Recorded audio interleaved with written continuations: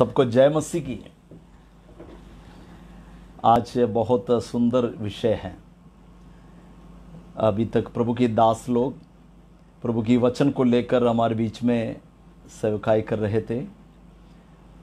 Pastor Subhash Panwar जरूर हमारे इस पेज में जुड़ गया था, लेकिन नेटवर्क प्रॉब्लम में होने के कारण सफल नहीं हो पाया।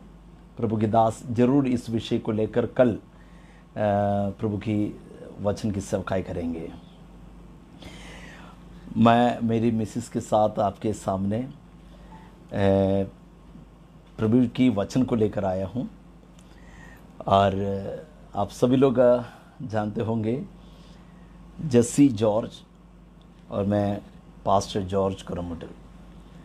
पिछले 19 साल में हमारी वैवाहिक जीवन सफलता के रूप में जीवन बिताने के लिए प्रभु ने सहायता किया। पिछले 21 तारीख को हमारा विवाह की सालगिरह था। आप सभी लोग जरूर इस वक्त हमें विश करेंगे, जरूर हम स्वीकार करते हैं। प्रभु आप सबों को बहुत ऐसे आशीष और अनुग्रह प्रदान करें। आज बहुत ही अच्छा एक सब्जेक्ट को लेकर हम प्रभु की उपस्थिति में आ रहे हैं।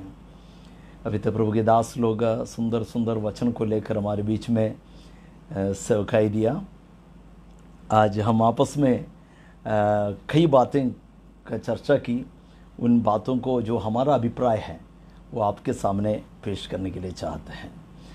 तो पारिवारिक जीवन बिताना बहुत ही आसान है, बहुत ही आसान है यदि प्रभु हमारे साथ है तो, यदि हमारे हृदय के अंदर आनंद है तो, यदि हमारे जीवन में सारी प्रकार की खुशहाली है तो, आपस में आदर सम्मान है तो, आपस में प्रेम व्यवहार है तो पारिवारिक जीवन कुशलता से जाएगा।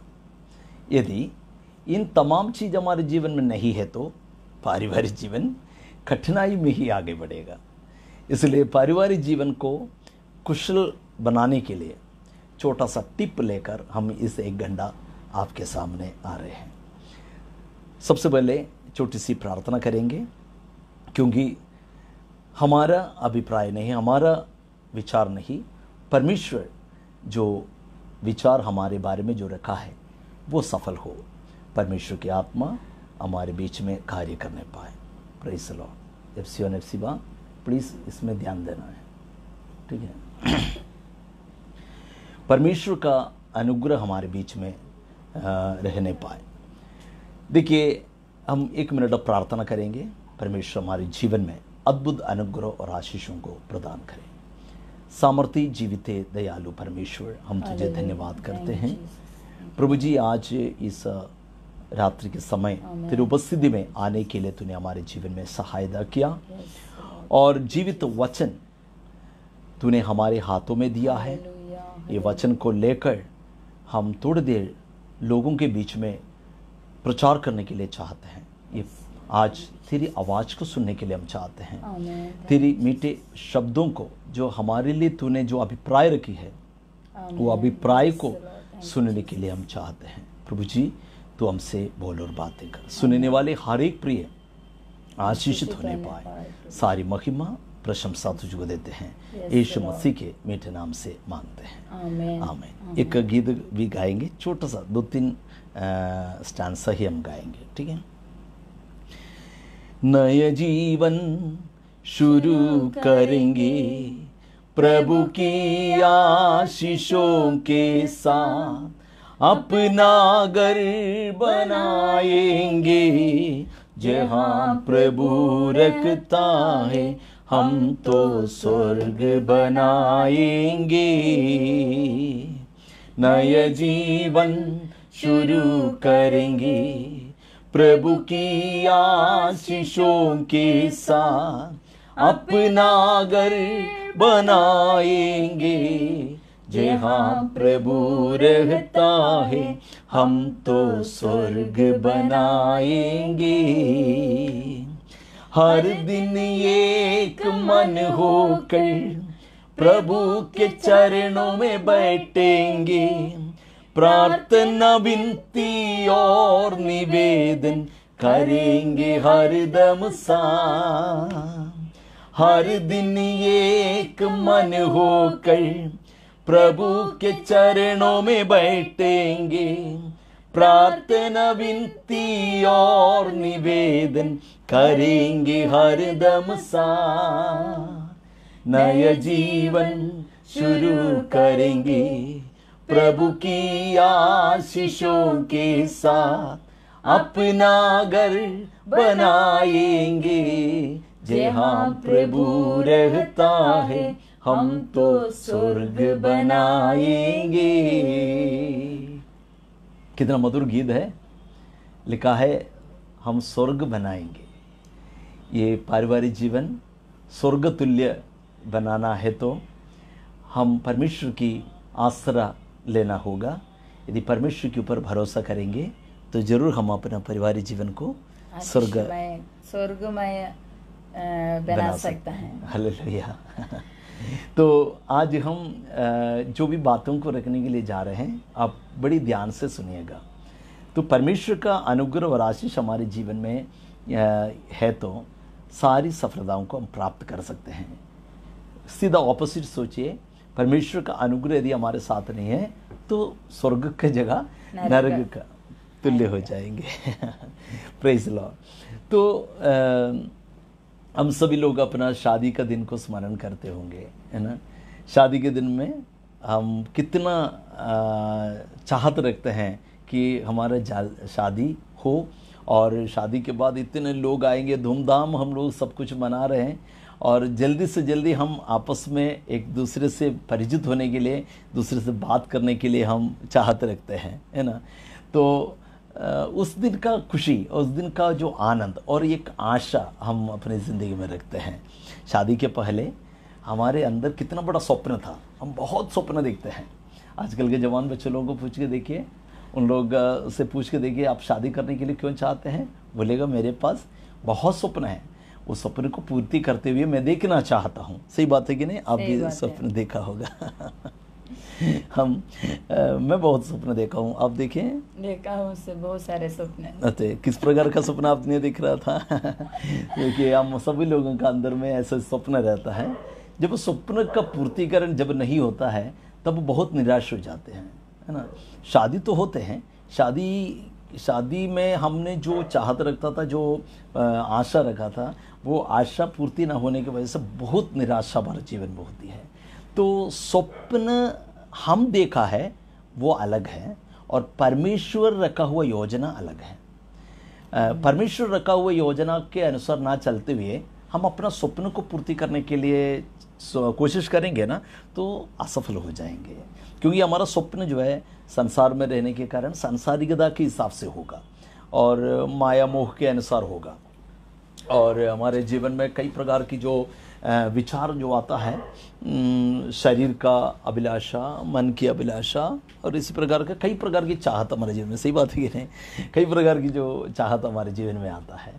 तो हम अपनी स्वप्न को पूर्ति करने के बजाय परमेश्वर की योजना के अनुसार जीवन बिताने के लिए कोशिश करना पड़ेगा, तब ही हमारी ज़िंदगी सफल होगा। जब मैंने बचपन में टीवी वगैरह हमारे घर में नहीं था उस समय, तो भी हम फिल्म पोस्टर वगैरह में देखते हैं और दोस्त लोगों से कहानी सुनते हैं, और नॉवल वगैरह जब पढ़ते समय ऐसा हमको देखने मिलता है कि बहुत अच्छा फैमिली लाइफ के जो डांस वगैरह वो सब बहुत अच्छी रीति से हमको देखने के लिए मिलता है।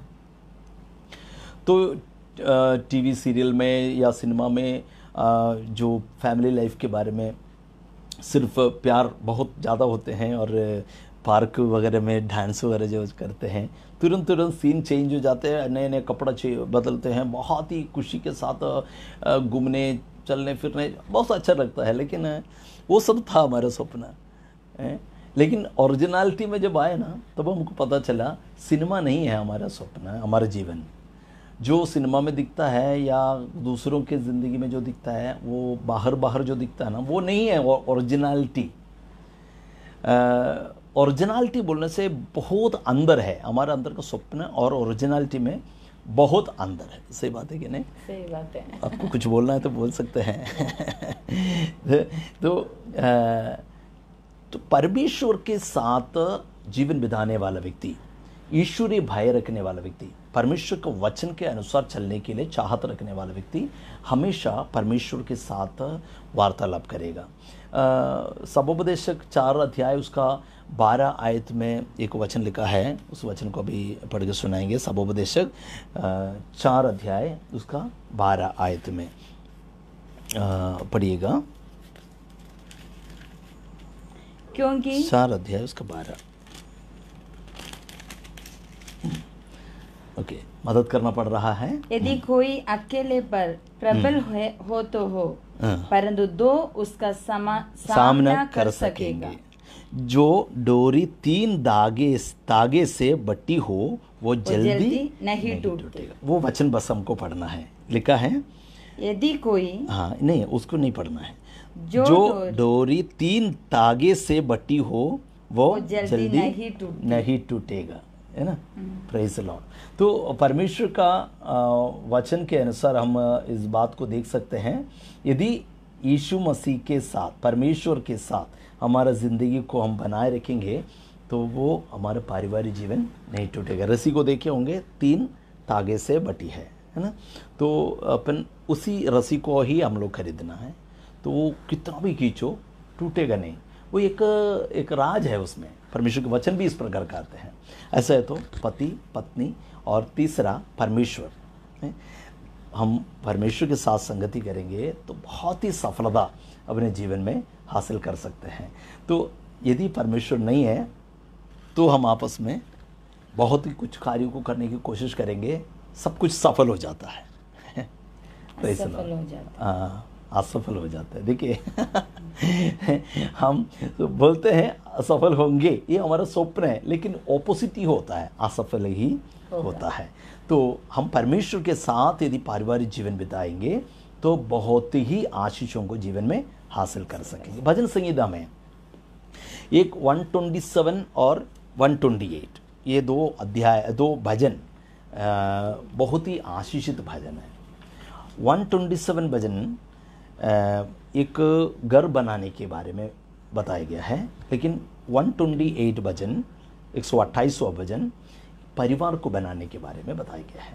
वचन बहुत आसानी दीदी से हम उसके बारे में विचार कर सकता है। 127 में लिखा है, यदि घर को यहोवा ना बनाए तो बनाने वालों का परिश्रम व्यर्थ होगा। हमारे पास ईटा है, सीमेंट है, पैसा है, जमीन है, मिस्त्री है, सब कुछ है, सब कुछ है, लेकिन ईश्वर नहीं है, यहोवा नहीं है। यहोवा के डायरी में भवन बनाने के लिए कोई योजना नहीं है ना। तो हम बना रहे हैं, हमारे पास पैसा है, हमारे पास बुद्धि है, हमारे पास मिस्त्री है, पैसा, सब कुछ है, लेकिन यहोवा के डायरी में हमारे लिए एक भवन के प्रति, उसी समय एक भवन के प्रति योजना नहीं है। तो बनाएगा, लेकिन उसके अंदर हम रह नहीं पाएंगे, बहुत ही कठिनाई जीवन में आएगा। क्यों? यहोवा बनाना है, परमेश्वर का योजना के अनुसार हमको बनाना है। हमारा पैसा का ताकत से, हमारे बुद्धि के बल से हम अपना घर को नहीं बनाना है, क्योंकि कई लोग लाखों रुपए खर्च करके घर तो बनाए हैं, लेकिन उसके अंदर कभी शांति से रह नहीं पाएगा, है ना। कई लोग मैं देखा हूँ, कई लोग घर बनाते हैं, उसका थोड़े दिन के बाद वो मृत्यु हो जाता है। इस टाइप का कुछ बातें हमको देखने के लिए मिलता है। वो मुझे नहीं मालूम किस बात का, लेकिन मैं आपको बताना चाहता हूँ, यहोवा का योजना के अनुसार, परमेश्वर की योजना के अनुसार यदि घर नहीं बनाया तो हमारा परिश्रम व्यर्थ हो जाता है। तो एक भवन तैयार करने के विषय में लिखा गया है, और परिवार अच्छा हो, इसमें उसी प्रकार लिखा गया है। 127 में देखो लड़के यहोवा के, एक फैमिली लाइफ के बारे में, बच्चों के बारे में सब उसमें लिखा हुआ है। लेकिन 128 में इस प्रकार लिखा है, यहोवा का भय मानने वाला व्यक्ति क्या ही धन्य है, क्या ही धन्य है, वो निश्चय आशीष पाएगा और अपना कमाई को खाएगा, और तेरी स्त्री भलवंत धागलता होगी और तेरे बालक जलपाई के वृक्ष होगी। मतलब 128वां भजन संहिता में एक फैमिली लाइफ के बारे में बताया गया है। घर यहोवा बनाकर दिया और फैमिली में तीसरा डोरी के समान परमेश्वर भी हमारे संग है, तो हमारा फैमिली लाइफ बहुत ही आशीषितमय होगा, इसमें कोई संदेह की बात नहीं है। फिर हम परमेश्वर के साथ, तीसरा डोरी के रूप में परमेश्वर हमारे साथ है, तो हमारे कई कर्तव्य को भी हमको पूरा करना पड़ता है। परमेश्वर हमारे साथ है बोल के हम बेफिक्र चलेंगे नहीं, ऐसा नहीं चलेगा। एक गाड़ी चलाने वाला ड्राइवर, उसका दोनों पैर, एक पैर क्लच में, एक पैर ब्रेक और एक्सीलेटर में होगा। ये वाला हाथ अपना गियर चेंज करने के लिए, और ये वाला हाथ हमेशा स्टीयरिंग रखता है, और कभी कभी ये वाला हाथ भी स्टीयरिंग को संभालने के लिए हमें सहारा देता है। साथ ही साथ इंडिकेटर के लिए और वाइपर के लिए, अपर डिपर के लिए, ये सब अपना हाथ सब कुछ चलाना पड़ता है ना। तो सारा सिचुएशंस अच्छी रीति से कंट्रोल करने के लिए एक ड्राइवर अपने गाड़ी को चलाते समय अच्छी रीति से सारी चीज़ों को कंट्रोल करता है।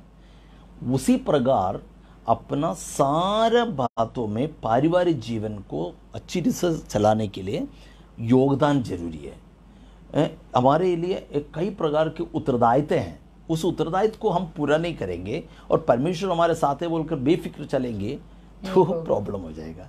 गाड़ी तो बनाने वाला अच्छा से बना के रखे है, लेकिन चलाने वाला अच्छी रीति से नहीं चलाएगा तो गाड़ी कहीं जाके ठोकेगा, है ना।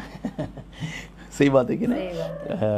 बहुत अच्छा गाड़ी है, लाखों रुपए का गाड़ी है, लाखों रुपए की गाड़ी है, लेकिन उसको चलाने के लिए ढंग है, उसका अच्छी रीति से नियम पालन करके चलाना पड़ेगा। तो फैमिली लाइफ में परमेश्वर के साथ जीवन बिताने के लिए हम अच्छी रीति से आगे बढ़ते समय एक नियमों को भी पालन करना पड़ेगा। मैं आदम और हव्वा के बारे में हमेशा सोचता हूँ, बहुत अच्छा फैमिली लाइफ था, है ना। फैमिली लाइफ के पहले उसको झूठने की पहले की बात मैं आपको यदि बताऊँ तो सारा जानवरों को आदम के सामने जाने के लिए दे दिया। पक्षियाँ, रेंगने वाले जंतु, पूरे जानवर को भी आदम के सामने होके जाने के लिए दिया, क्योंकि उसके लिए एक उचित मेल खाने वाला, ऐसा लिखा है, मेल खाने वाला, है ना। ये तो सिर खाने वाला रहेगा तो मुश्किल हो जाएगा, मेल खाने वाला होना चाहिए, है ना। आजकल सिर खाने वाले लोग बहुत रहता है, क्षमा कीजिएगा, मेल खाने वाला सहायक की जरूरत है।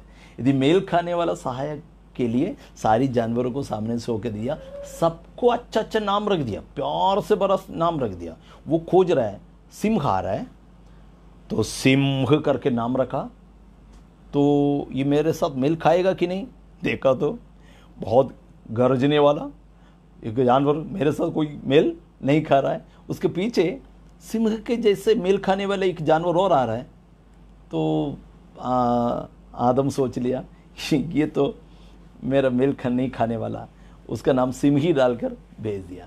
उसको फैमिली लाइफ बिताने के लिए सिमहू को और सिमही को भेज दिया। पीछे मुर्गा आ रहा है, मेल खाएगा क्या? नहीं नहीं, मेरे साथ मेल नहीं खाएगा। उसके पीछे देखा तो उसके साथ मेल खाने वाला मुर्गी आ रहा है, दोनों को फैमिली लाइफ जीने के लिए भेज दिया। सारी जानवरों का नाम रख दिया, सभी को मेल खाने का एक एक जोड़ी। आदम इतना कोशिश किया, एक भी मेल खाने वाला नहीं मिला। तो परमेश्वर ने कहा मेल खाने वाला एक सहाय के लिए तुझे थोड़ी देर आराम करना होगा और तुझे ये पूरी रीति से अपना दिमाग को, अपना सोच को, अपने विचार को, अपने युक्ति को पूर्ण रीति से बेहोश करना पड़ेगा। सही बात है कि नहीं। आदम, यदि आदम की इच्छा से पूछेगा तुमको कैसे चाहिए मेल खाने वाला, किस टाइप का चाहिए, बोलने से वो क्या बोलेगा? बहुत सुंदर ही चाहिए बोलेगा। सबसे ज्यादा वही हमारे अंदर चाहते रहते हैं, सुंदरी बस चाहिए। सबसे बड़ा सुंदरता क्या मालूम? स्वभाव का है ना। शरीर का सुंदरता नहीं है, कोई मतलब का नहीं। कल कुछ हो जाएगा ना, कुकर से पानी उबालते समय पानी छिड़केगा तो गया सुंदरता। इसलिए शारीरिक सुंदरता के ऊपर जाने वाले व्यक्ति पराजित होंगे। स्वभाव में सुंदरता रखने वाला हो व्यक्ति, वो ये सुंदरता।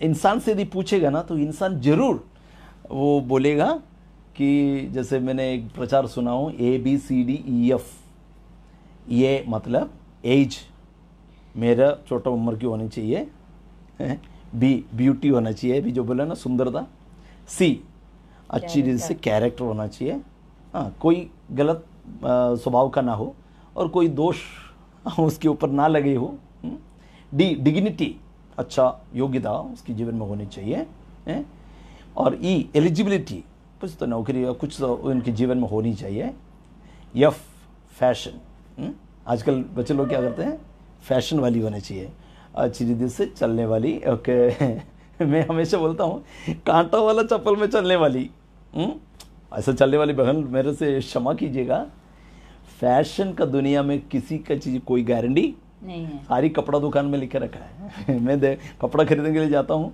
तो वहाँ पर उसी बात को मैं ज़्यादा ध्यान देता हूँ, फैशन का दुनिया में कोई गारंटी नहीं है। तो फैशन पसंद करने वालों को कोई गारंटी नहीं मिलेगा। बहुत धूमधाम शादी होते हैं, बहुत धूमधाम सब कुछ होते हैं, लेकिन 1 महीने के अंदर ही डाइवोर्स के लिए मतलब केस हो जाता है, प्रॉब्लम हो जाता है, समस्या हो जाता है।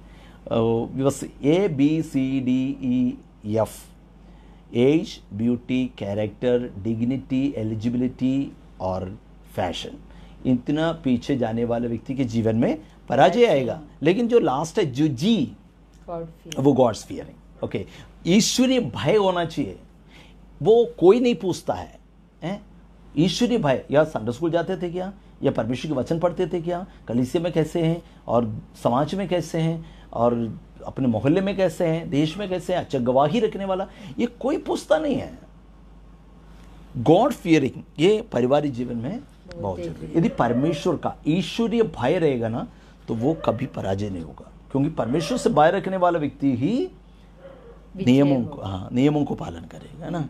तो नहीं तो यदि पुलिस से हम डरते हैं ना, तभी तो हम पुलिस को देखने से तुरंत हेलमेट रखते हैं, पुलिस को देखने से मास्क लगाते हैं, पुलिस को देखने से एकदम स्टेडी हो जाते हैं, कभी पराजय हम पुलिस को देखने से डर है, एक डर। वैसा हमेशा हमारे साथ परमेश्वर है करके एक डर हमारे अंदर होगा तो हम विजय प्राप्त करेंगे। परमेश्वर की इच्छा पूरा करेगा। हाँ, परमेश्वर की इच्छा के अनुसार ही हम आगे बढ़ना चाहिए। तो आदम को क्या किया है परमेश्वर ने, एक अच्छे गहरी नींद दे दिया। गहरी मतलब एक सही रीत से जैसे डॉक्टर लोग एनेस्थेशिया देते हैं उसी प्रकार का एनेस्थेशिया ही दे दिया, पूरी रीति से बेहोशी में आ गया।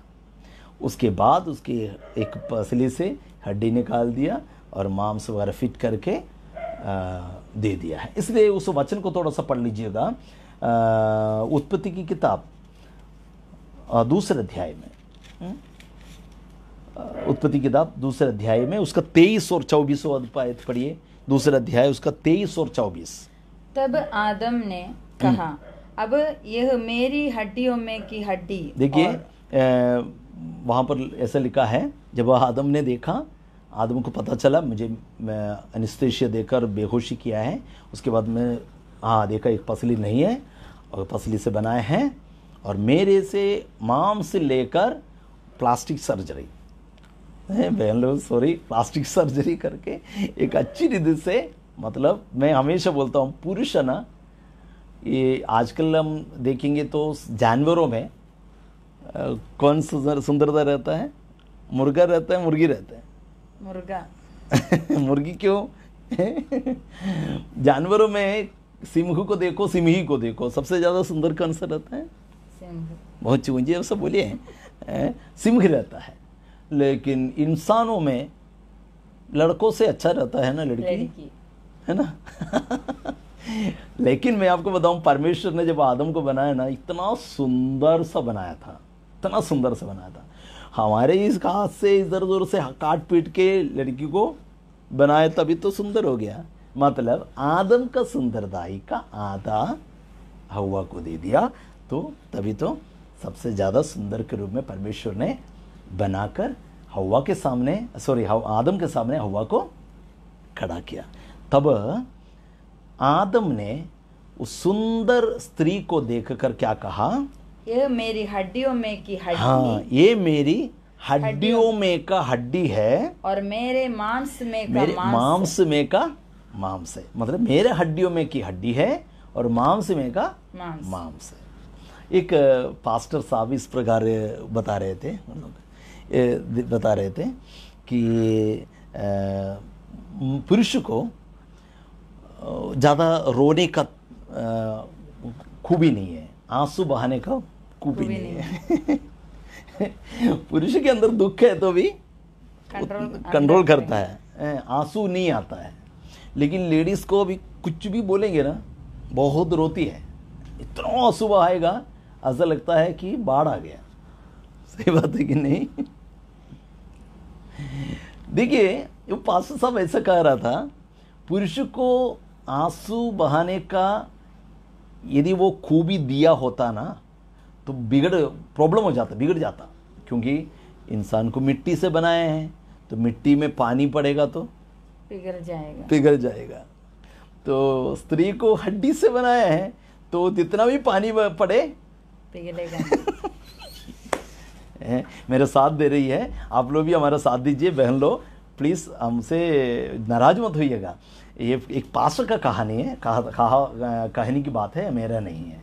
तो पुरुष एक मिट्टी से बने, मतलब उसके जीवन में बहुत दया करुणा सब रहता है, स्त्रियों के अंदर भी रहता है, लेकिन स्त्री के अंदर दुख प्रकट करने का एक आशीष दिया है।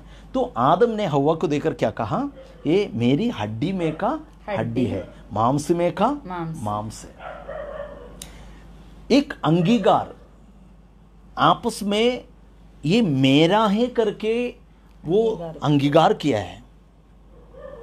हम अपनी पत्नी को, अपनी जीवन साथी को ऐसा अंगीकार करें कि ये मेरा है।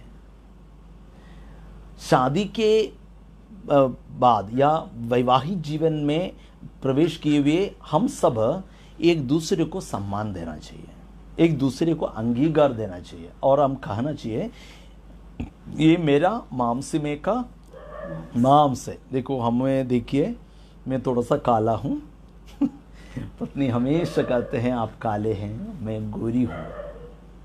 बोले सही बात है कि नहीं? कुछ तो बोलो, लोग इंतजार कर रहे हैं आपका भी मुंह से कुछ सुनने के लिए।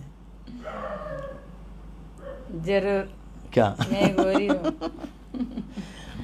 तो मैं कैसे अंगीकार करूंगा मेरा मांस में का मांस है? मैं काला हूं, वो गोरे हैं। मैं आपको बताना चाहता हूं, मेरा मांस में का मांस है, मेरा हड्डी में का हड्डी है। ये गोरा काला में आप इसमें आपस में ये मेल मत रखिएगा। ये हम ऐसा मत सोचिए कि मैं उतना सुंदर नहीं हूँ, ये सुंदरी है, मैं काला हूँ, ये गोरी है, मैं बेखूबी हूँ, ये खूबी है। ऐसा हम आपस में एक तराजू में रख के तोलना नहीं है। इन बातों में तोलेगा ना तो बहुत बड़ा प्रॉब्लम हो जाएंगे। तराजू रखा है, तराजू में हम तोलते जाएंगे तो बहुत प्रॉब्लम होगा, है ना।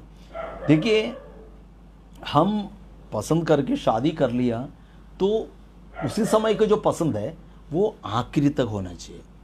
उस समय का पसंद है ना, जो फर्स्ट बार जो हमने पसंद किया है वो पसंद हमें हमारे ज़िंदगी में आखिरी तक होना चाहिए। लेकिन बीच बीच में ना कुछ ऐसा स्वभाव दिखने से हमको ऐसा लगता है, इसको मैं कैसा पसंद करूँगा, इसका स्वभाव है ना कटल नहीं है कि पक गया करके देखने के लिए उसको चाकू से निकाल के देखें, ये तो अच्छा है क्या बुरा है क्या, कैसे देख पाएंगे? प्रभु से प्रार्थना करो, शादी के पहले ही प्रार्थना करो, तो आपकी प्रार्थना का उत्तर ही परमेश्वर देगा, है ना। आज मैंने एक कहानी सुन रहा था, वो कहानी ऐसा है, एक स्त्री अपने परिवार में 7 बच्चे हैं, उनके परिवार में 7 बच्चे हैं। तो घर में कुछ भी चीज़ नहीं है, सब कुछ खत्म हो गया, तो 1 रुपया भी उसके पास नहीं है। तो ये स्त्री ने एक दुकान में जाकर पूछा, सर जी मेरे घर में 7 बच्चे हैं, हम सब भूखे हैं, आपका दुकान से कुछ सामान मुझे उधारी दीजिए, मैं जल्दी से जल्दी आपको पैसा देके उसको चुकाऊंगी। तो दुकान वाला बोला कि ऐसा बहुत लोग आता है, ये बहुत डिस्टर्ब करती है, आप जाइए, मैं एक सामान नहीं दूंगा। लेकिन स्त्री ने फिर विनती किया, प्लीज़ हम बहुत भूखे में हैं, हमारे पास अभी पैसा नहीं है, ज़रूर मैं मेहनत करके पैसा आपको दूंगी, आप मेरे को सामान दीजिए। दुकान वाला ने बोला एप्सियन एप्सियन जाके कुत्ता को आप दुकान वालों को बताया कि मेरा बच्चे लोग बहुत परेशान में हैं, आप मेरे को सामान दीजिए। लेकिन दुकान वाला नहीं दिया। तो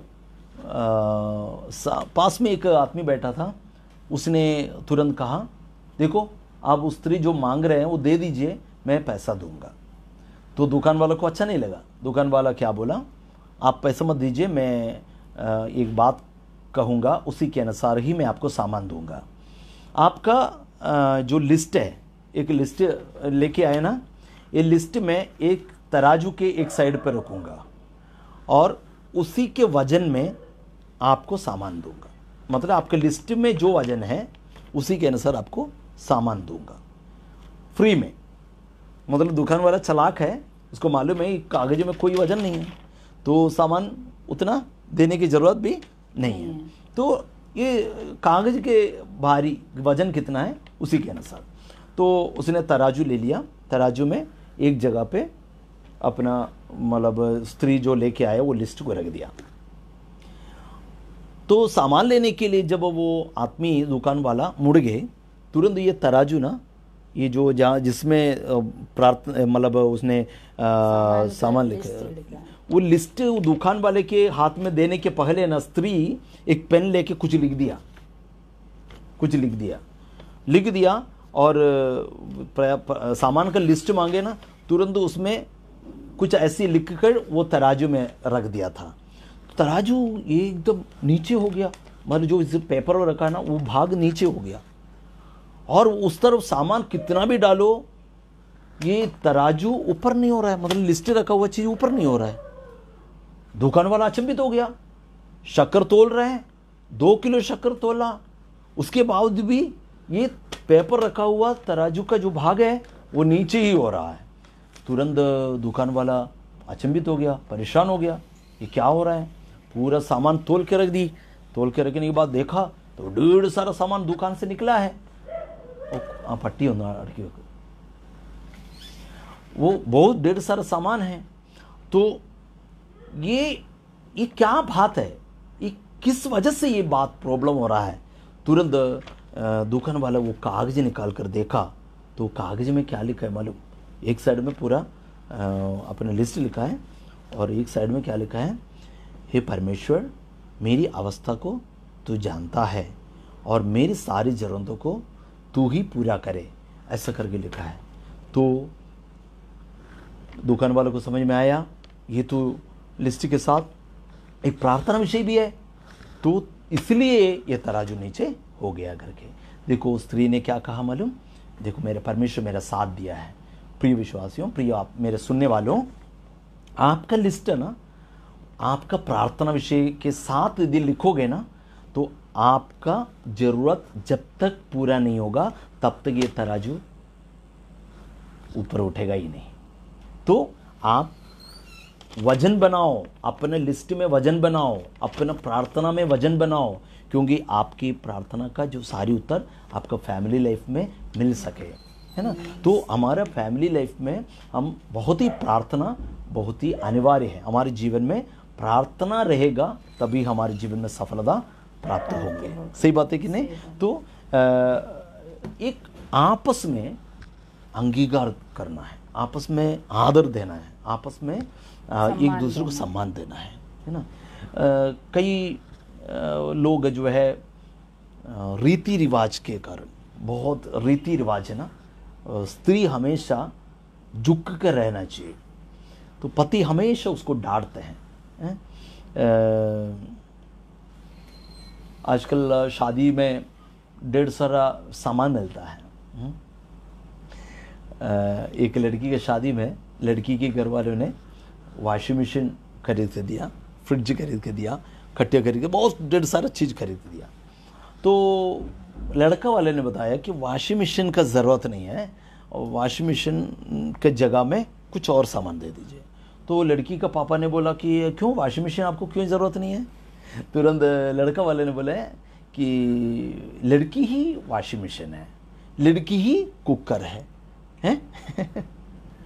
समझ गए? तो मतलब लड़की को काम करने वाली के रूप में।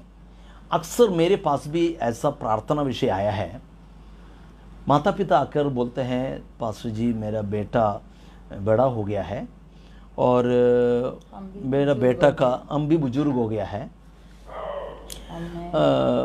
हमको मेरा पत्नी को अर्थात बेटा का मम्मी बहुत तबीयत खराब है, काम नहीं कर पाते, इसलिए मैं अपनी बेटा को शादी कराना चाहता हूँ। मतलब उनका पीछे का मकसद बेटा का कुशलता का जीवन नहीं है। एफसीओ ना पट्टी मोल ढूंढो। हमारे यहाँ पर 2 कुत्ता है, बहुत चिल्ला रहे हैं, बहुत मतलब ये लाइव को डिस्टर्ब करने के लिए, इसलिए मैं अपने बेटा से बात कर रहा था। या ओके, अब बस इसको मजाक लीजिए। ओके, ये अभी मैं क्या बोल रहा था? एक पत्नी को काम करने के ये हमारे वैवाहिक जीवन का जो मेन उद्देश्य है, माता पिता ये समझना चाहिए, आपका बेटा का शादी करा रहे हैं तो बेटा का जिंदगी सुधर मतलब उनका अच्छी उनका कुशलता के लिए होना चाहिए। ऐसा ना हो कि पत्नी का तबीयत खराब है तो बेटा का शादी करा रहे हैं, और घर में काम करने के लिए भाई नहीं आ रहा है तो बेटा का शादी करा रहे हैं। ये बहुत बड़ा गलती है। आजकल का माता पिता इन बातों को बहुत ध्यान देना है कि आपकी बेटा का शादी करा रहे हैं, बेटी के शादी करा रहे हैं तो उसका जिंदगी का कुशलता होना चाहिए। आपकी जिंदगी में सबसे बड़ा मकसद उनका खुशी देखने के लिए, उनका खुशी होगा। देखिए, मैं एक बार देखा कि एक फैमिली में बेटा अपने पत्नी को लेकर थोड़ा सा घूमने के लिए जाना पसंद किया। काफ़ी दिन से वो पत्नी बोल रही थी कि मुझे थोड़ा सा घूमने के लिए ले जाओ, घुमाने ले जाओ। तो तुरंत वो पापा ने आकर बताया कि नहीं भेजूंगा, तुमको यहाँ पर बहुत ढेर सारा काम है, कौन खाना बनाएगा, कौन यहाँ पर झाड़ू पोछा करेगा, ऐसे करके बोल के पापा ने बहुत गुस्सा किया। बेटा अपने खुशी को अंदर दबा दिया और पत्नी को घुमाने लेके नहीं गया। रात्रि कमरे में जाकर इतना लड़ाई हो गया दोनों के बीच में। बेटा क्या कर सकेंगे, बेटा को पापा का आदर करना पड़ेगा, पापा का बात मानना पड़ता है? पत्नी का कुशलता देखने के लिए उसके पास संपूर्ण अधिकार नहीं है। देखो, एक जॉइनिंग फैमिली, पापा मम्मी के साथ, भाई बहनों के साथ रहने के लिए जब हमको मौका मिलता है ना, तो हमको सभी लोगों को ये होश होना चाहिए कि वो पति पत्नी है, उसका जिंदगी में किसी प्रकार की प्रॉब्लम हम क्रिएट ना करें। उसका पति पत्नी को पूर्ण स्वतंत्रता देना चाहिए उसका जिंदगी सफल होने के लिए। ऐसा ना हो कि माता पिता, उसका भाई बहन आपस में उसको एकदम मतलब हाँ, मतलब एक एक बात बोल के उनको परेशान करते हैं, टॉर्चर करते हैं। इसलिए कई पत्नियां पति की कान में फुसूर फुसूर करते हैं कि चलो ना, हम अलग होके रहेंगे ना। आपका बहू, आपका बेटी यदि अपना माता पिता से अलग रहकर जीवन बिताने के लिए यदि वो चाहता है तो उसका पूर्ण जिम्मेदार माता पिता है, क्योंकि बहू को अपने बेटा का पत्नी को स्वतंत्रता से या अपनी बेटा को स्वतंत्रता से पारिवारिक जीवन बिताने के लिए आप मौका नहीं देते हैं। तो इसलिए फैमिली लाइफ बिगड़ जाते हैं। आप फैमिली लाइफ में आप बेटी को कुशलता से जीने के लिए संपूर्ण स्वतंत्रता देकर उनको दे दीजिए, तो वो कुशलता से जीवन बिताएगा। ओके, और भजन संहिता 45 उसका एक वचन इस प्रकार लिखा है, भजन संहिता 45, ठीक है, 45 में उसका 10वां आयत में इस प्रकार लिखा है, हे राजकुमारी सुन और कान लगाकर ध्यान दे, अपने लोगों और अपने पिता के घर को भूल जा। देखो, एक शर्त है, बहू भी सुनना है, हे परमेश्वर के दासी आप भी सुनना है। लिखा है तो अपने लोगों को, अपने पापा के, पिताजी के घर को भूल जाना चाहिए। क्यों? आपके जीवन में यदि परेशानी है तो तुरंत फोन करके अपने घर वाले को बताएंगे तो समस्या सॉल्व नहीं होगा। यदि आपका सॉल्व होना है तो आप अपने पति के साथ, अपने पति के परिवार के साथ लगे रहना है और उनके साथ संपर्क करके बताना है। तो मेरे कहने का मतलब है, माता पिताओं को भूलने के लिए कह दिया तो इसका मतलब एकदम छोड़ने के लिए नहीं। आपका जिंदगी में आपका पति या आपका पत्नी होना चाहिए आपका फेवरेट। माता पिता का आदर करो, सम्मान करो, आज्ञा को पालन करो। पालन करते हैं बेटा, लेकिन माता पिता ऐसा टॉर्चर कर रहा है कि तुम मत जाओ, तुम हिलना नहीं, तुम ऐसा नहीं करना, तुम अपने पत्नी को ऐसा मत देना, ऐसा मत करना, ये सब बातें नियम शर्त बोल के उन्हें परेशान करते हैं। इसलिए काफी बच्चों का पारिवारिक जीवन टूट गया है। पति पत्नी को, पत्नी पति को आपस में सम्मान और आपस में आदर देने के लिए यदि माता पिता मौका नहीं देगा तो कैसे करेंगे? पारिवारिक जीवन का सफलता के लिए हम बात कर रहे हैं तो बहुत कुछ बातों को अपन को, मैं ज्यादा प्रैक्टिकली बात करने के लिए मैं चाह रहा हूं। ढेर सारे वचन को भी मैं आपके सामने पेश करूंगा। कल भी मैं आऊंगा, हम दोनों कल भी आपके पास सामने आएंगे। इसके बाकी जो बातें आपको जरूर बताएंगे। हमारा समय यदि आगे बढ़ रहा है तो कंप्लीट नहीं कर पाएगा, तो कल जरूर हम दोनों जरूर आएंगे, इस विषय को कंप्लीट करके ही जाएंगे। आपस में आदर सम्मान देना है। ओके, तो मलाकी की पुस्तक दूसरा अध्याय उसका 14 और 15 आयत को पढ़िए। मलाकी दूसरा अध्याय उसका 14-15।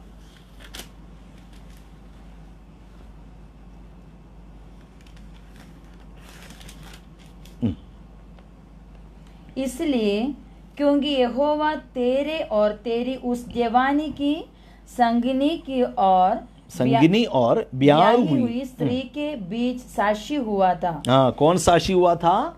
यहोवा परमेश्वर तेरे संगिनी अर्थात तेरे जीवन साथी, ब्याह की हुई स्त्री के बीच में साक्षी हुआ है। तो हमारा विवाह है ना प्रार्थना से हुआ है। प्रभु के दास लोग आशीर्वाद करते हुए हमको विवाह दिया है। तो जरूर विचार इस बात में ध्यान दीजिए, हमारे बीच में यहोवा परमेश्वर साक्षी हुआ है, जिससे तू विश्वासघात किया है। यहाँ पर बहुत ऐसा प्रश्न लिखा है जिससे तू विश्वासघात किया है। तो पति पत्नी की जिंदगी में आदर सम्मान तब मिलेगा जब हम आपस में विश्वास योग्य होंगे। पति पत्नी का विश्वास योग्यता बोलने से लोग तुरंत दिमाग में क्या आता है? बोलो। बीजी कुछ नहीं बोल रही है, कुछ तो बोलो। अविश्वास की बातें जीवन में आएगा। क्या बात है वो? विश्वास योग्य मतलब अविश्वास योग्यता मतलब क्या चीज है? एक अभिप्राय बताओ। मीन्स हर बातों में पत्नी से झूठ बोलना, नहीं तो कहीं भी जाएगा तो बिना बोल के जाना, कुछ भी बातों में अभिप्राय ना पूछते हुए जाना, विश्वास से योग्यता। एक बहुत बड़ी बात मैं आपको बताऊंगा, अपना स्थान दूसरे को देने से सबसे बड़ा अविश्वास योग्यता है, विश्वासघात है। ओके, इसी में सबसे ज्यादा लोग ध्यान देते हैं। जो मुझे स्थान मिलना चाहिए, पत्नी का स्थान मेरा है, पति का स्थान मेरा है, तो सामने वाला क्या करते हैं, मुझे जो स्थान देना चाहिए वो स्थान नहीं देते हुए दूसरे को स्थान देता है। ये उसको विश्वासघात बताता है। सिर्फ इसी बात में नहीं, सबसे ज्यादा झगड़ा इस बात में होता है, विश्वासघात। आजकल का डाइवोर्स के पीछे भी विश्वासघात है। माता पिताओं का जो योगदान मैं बता दिया, अभी आपस का जो पति पत्नी का जो बात को मैं बताना चाहता हूँ, है ना। ये तो बाइबल में देखते रहती है आपको।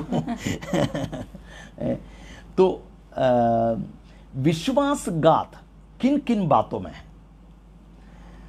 शादी के समय में पास्टर कई बातों में शब्द ग्रहण में वाचा बांध देते हैं, ठीक है। एक सुख में, दुख में, गरीबी में और धनी में, ठीक है, और रोग में, आरोग्य में, ढेर सारी बात है ना। तो ये सारी बातों में मैं तुम्हारे साथ दूंगा और साथ दूंगी, है ना। तो इसी प्रकार हम आपस में वाचा बांधते हैं। उसमें एक और पद है, मैं तुम्हारे साथ विश्वास योग्य पति, विश्वास योग्य पत्नी रहकर तुम्हारे साथ रहूंगा, ऐसा करके हम वाचा बांध देते हैं। दूसरा, स्त्री के शरीर में अर्थात पत्नी के शरीर में पुरुष पति को, पति के शरीर में पत्नी को अधिकार है। ओके, सारी बातें हो गया। सुबह उठकर एक काला कॉफी या काला चाय समय पर पति के पास लाके नहीं देगा तो भी विश्वासघात है, हैं? हमारे बच्चे लोगों को अच्छे से खाना बनाने के लिए सिखाइए। मेरे को भी एक बेटी है, हम सिखाते हैं, आज हमको खाना बना के खिलाएं। हमारे बच्चों को अच्छे से खाना बनाने के लिए सिखाइए, नहीं तो बहुत बड़ा प्रॉब्लम आगे चल के हो जाएगा, हैं? तो सुबह एक ग्लास लाल चाय नहीं मिला पति को, वो भी विश्वासघात है, ठीक। समय पर भोजन कर देना, समय पर। सिर्फ ना प्यार कैसे मिलता है? प्यार कैसे मिलता है?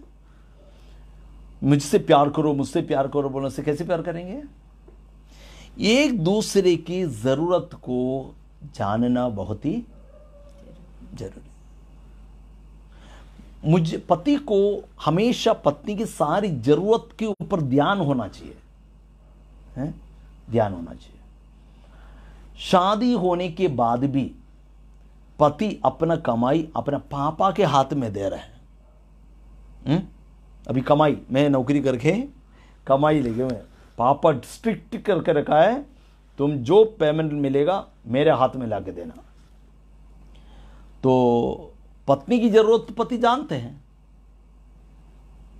एक इनरवेयर खरीदना है तो पैसा पापा से मांग रहा है, पापा पैसा चाहिए, क्यों, किस बात के लिए? बोल सकता है क्या कि मेरे पत्नी को ये चाहिए वो चाहिए? कितना दुख की बात है। ऐसा माता पिताओं से मैं अनुरोध करता हूं, आप अपने बेटे को पूर्ण स्वतंत्रता दे दीजिए। आप अपने पिता होने का हक आपके पास है, लेकिन उसको भी पति का हक निभाने के लिए उसका जीवन में स्वतंत्रता देना चाहिए, है ना। पूरे पैसा आप अपने हाथ में रखिएगा तो बेटा क्या भीख मांगेगा? आपसे मांगेगा क्या, बोल के मांगेगा? तो एक दूसरे का जरूरत को जानना। वैसे पत्नी को भी पति का सारी जरूरत, एक छोटा सा उदाहरण बोल के, बहुत ही जरूरत है। उस बातों को हम लोग अगला क्लास में भी बताएंगे, कल जरूर आएगा। अपने दाम्पत्य जीवन के बारे में हम, उसके सफलता के बारे में भी हम, मतलब पारिवारिक जीवन में क्या क्या बातों में सफल प्राप्त कर सकते हैं, सारी बातों की चर्चा हम जरूर करेंगे, है ना। तो एक दूसरे के जरूरत को समझना चाहिए, एक दूसरे के ऊपर ध्यान देना चाहिए। उसी में भी विश्वास योग्य रहेगा तो कौन प्यार नहीं करेगा? अभी विजी क्या बोल रही थी, दूसरे को स्थान देना, है ना, झूठ बोलना, बोल के नहीं जाना। ओके, पत्नी हमेशा ये कहता है, पति हम हमेशा सच्चाई मेरे से बोले, ठीक है। ओके, पत्नी एक जगह से कुर्सी उठा रहे थे दूसरे स्थान पर रखने के लिए, पति के पैर में लग गया। पति क्या बोलेगा? पत्नी और यो लग गया क्या, दर्द दे रहे क्या? नहीं कोई बात नहीं, कोई बात नहीं। झूठ है वो, तो सच में झूठ है, बहुत दर्द दिया। लेकिन पत्नी का दिल में दुख ना देने के लिए हमने, पति ने क्या बोल दिया? नहीं मेरे को कोई प्रॉब्लम नहीं, है ना। हमारे मम्मी सबसे, दुनिया में सबसे ज्यादा झूठ बोलने वाली मम्मी है? खुदा, आप लोग नाराज मत होइएगा, मेरे मम्मी मुझसे बहुत झूठ बोले हैं, क्योंकि मुझको खिला के मोटा बनाने के लिए मेरे मम्मी मुझको कितना वायदा दिया मालूम। हर दिन मुझसे बोलते थे चंद्रमा को पकड़ के देंगे करके। अभी तक मेरे मम्मी, अभी है ही नहीं, मम्मी चले गया, अभी तक चंद्रमा मुझको मिला ही नहीं है। बहुत कुछ ऐसा बातों को आप लोग पढ़ने के लिए मिले होंगे, आप सीखे होंगे। मेरे मम्मी, कई बार मैं मम्मी से पूछा, मम्मी आप खाए क्या? मम्मी बोले हाँ मैं खा चुकी हूँ, लेकिन मम्मी नहीं खाई है, मम्मी भूखे में है, लेकिन झूठ बोलती है। ऐसा से झूठ क्यों बोलते हैं मालूम? मेरे से जो प्यार है इसलिए। कई पतियों अपने पत्नी को इसी प्रकार के झूठ बोलने से कोई प्रॉब्लम नहीं है, लेकिन ऐसा झूठ ना बोले कि हम उससे छुपाकर काफी गलतियों को कर सकें। विश्वास योग्य होना चाहिए। झूठ कभी बर्दाश्त नहीं करता, कभी कोई बर्दाश्त नहीं करता, चाहे पत्नी भी हो पति भी हो, है ना। सच्चाई की बातों पर ही सभी लोग पसंद करता है। बच्चा झूठ बोलेगा तभी पता चलेगा माता पिता को कि बच्चा क्यों झूठ बोला है ना। झूठ कभी आपस में ना बोले, हर बातों में सच्चाई होना चाहिए, हर एक बातों में सच्चाई होना चाहिए। तो कुछ कुछ बातों में हम देखिए, ऐसे भी लोग कहते हैं ना, पूरा बात पत्नी को नहीं बताना चाहिए है।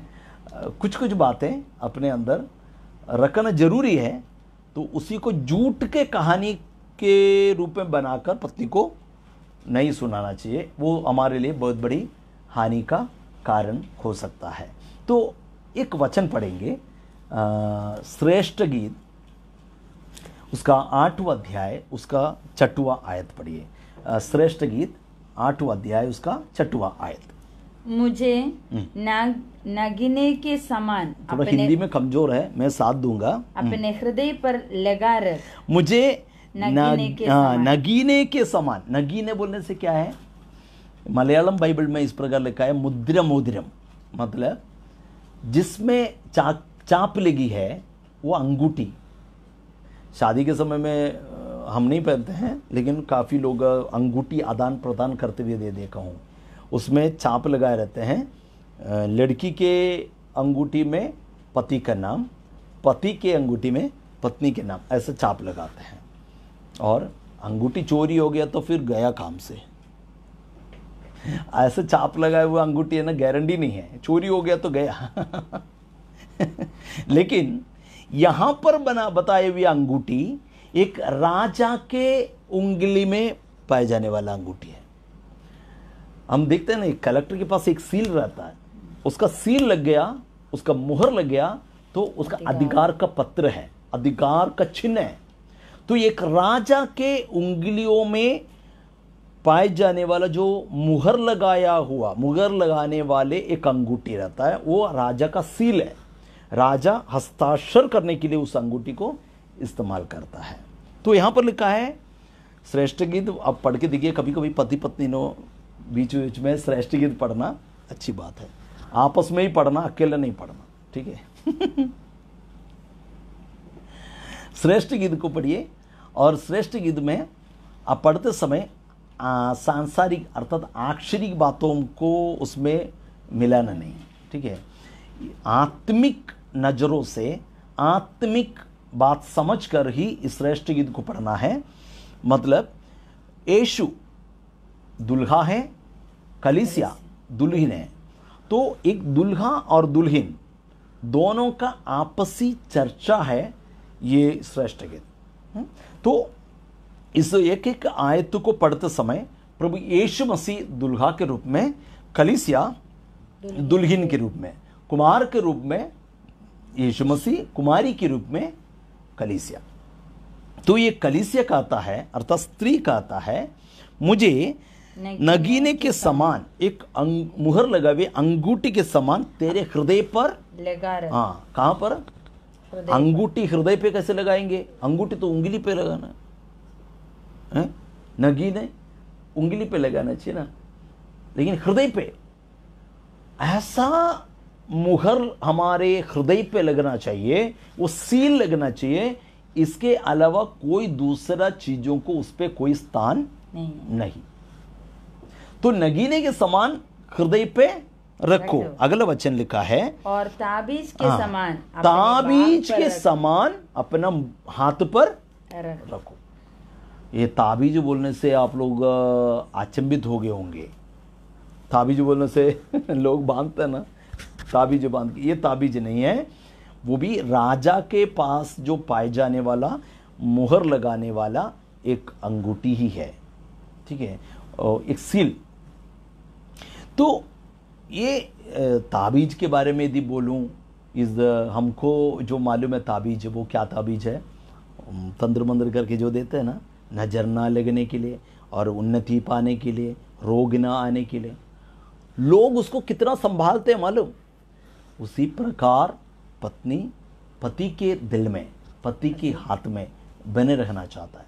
तो राजा के हाथ में जब तक उस अंगूठी है तब तक उसके पास अधिकार है। हम वचन में देख सकते हैं, उत्पत्ति की किताब में यूसुफ का जिंदगी के बारे में देख सकते हैं। यूसुफ जब फिरौन के सामने पेश हुआ और फिरौन को मालूम हुआ कि यूसुफ के साथ परमेश्वर है और यूसुफ के अंदर परमेश्वर की आत्मा है, तुरंत ही फिरौन के अंदर यह विचार आया कि यूसुफ को मंत्री बनाना अच्छा है। तो फिरौन तुरंत उसके हाथों उंगली में जो अंगूठी था, मुहर लगाए वाला अंगूठी, तुरंत यूसुफ को पहना दिया और यूसुफ को ऐसा आदर सम्मान किया, एक नए रथ में बैठा दिया और अच्छे कपड़ा पहना लिया और सभी लोगों को ये कह दिया, घुटने टेकर इसका जय जयकार करो। तो एक अधिकार का चिन्ह है। ऐसा है तो एक पत्नी का जीवन, पत्नी का जो रूप, पत्नी का जो सारी जो बातें पति के हृदय में, पति के हाथ में, वो अधिकार के मुहर के रूप में होना चाहिए हमेशा, हर जगह पे। सिर्फ शादी में पहनाने वाले अंगूठी, वो अंगूठी उंगली में है, उसको गिरवी रखकर पैसा कमाने, ये नहीं। आप ये जो गिरवी रख सकता है, लेकिन हृदय में रखा हुआ अंगूठी रूप में जो पत्नी है, उसको कभी गिरवी नहीं रख सकता, हाथ दिल में रख छोड़ना चाहिए। इसलिए हम शादी में ऑर्नामेंट्स को ज़्यादा आदान प्रदान हम इसलिए नहीं करता कि हम दोनों आत्मा हैं। हम दोनों आत्मा को जोड़ेंगे कैसे? एक लोहा को दूसरे लोहा से जोड़ना है तो वेल्डिंग रॉड से वेल्डिंग करना पड़ेगा। एक लकड़ी को दूसरे लकड़ी से जोड़ने के लिए कीला की जरूरत है। एक पेपर को दूसरे पेपर से जोड़ने के लिए एक फेविकोल गम की जरूरत है। एक आत्मा को दूसरे आत्मा से जोड़ने के लिए सांसारिक चीजों से नहीं होगा, ये परमेश्वर की आत्मा के द्वारा ही होगा। तो हम दोनों का जो जुड़ना संसारी चीजों से नहीं होना चाहिए। इसलिए यहां पर लिखा है, मुझे नगीने के समान तुम्हारे हृदय में रखो और ताबीज के समान अपनी वाह पर बुझ पर रखो। तो एक पत्नी अपने पति के हृदय पर, हाथों पर बना हुआ मुहर जैसा होना चाहिए, वो कभी ना मिट सके। ऐसा जिंदगी जीने वाला व्यक्ति सफल जिंदगी जी पाएंगे। ओके, आज का समय हमारा समाप्त हो रहा है। कल जरूर रात्रि 10 बजे हम फिर से मुलाकात करेंगे। पारिवारिक जीवन का सफलता, हम सभी लोग पारिवारिक जीवन बिताते हैं। यदि पारिवारिक जीवन अभी तक शुरू नहीं किया तो आप भी सुन रहे होंगे। पारिवारिक जीवन की सफलता के लिए काफ़ी बातें, काफ़ी टिप्स हमारे पास है। उन बातों को जरूर हम आपको बताएंगे। तो इस बात को जरूर प्रार्थना के साथ सुनिएगा, क्योंकि हमारे जिंदगी सफल होने से ही परमेश्वर प्रसन्न होगा। हमें संसार को दिखाने के लिए नहीं, संसार की मोह को पूरा करने के लिए नहीं, परमेश्वर की योजना के अनुसार चलने के लिए हम शादी करते हैं और फैमिली लाइफ बिताते हैं। और हमें बहुत बड़ा जिम्मेदारी है। उस जिम्मेदारी को बड़ी विश्वास योग्यता के साथ पूरा करने से ही सफलता होगी। ये अन्यथा बहुत तेरे डाइवोर्स के पीछे कारण मैं आपको कल भी बताऊंगा कि बहुत ही बड़ी गड़बड़ी जिंदगी में होने की वजह से है। हम ऐसा गड़बड़ी के लिए अवसर ना दें। हम प्रार्थना करेंगे फैमिली लाइफ अच्छे होने के लिए और आशीषितमय होने के लिए, किसी की जिंदगी ना टूटे और परमेश्वर ने जिसको जोड़ा है उसे कोई मनुष्य अलग ना कर सके।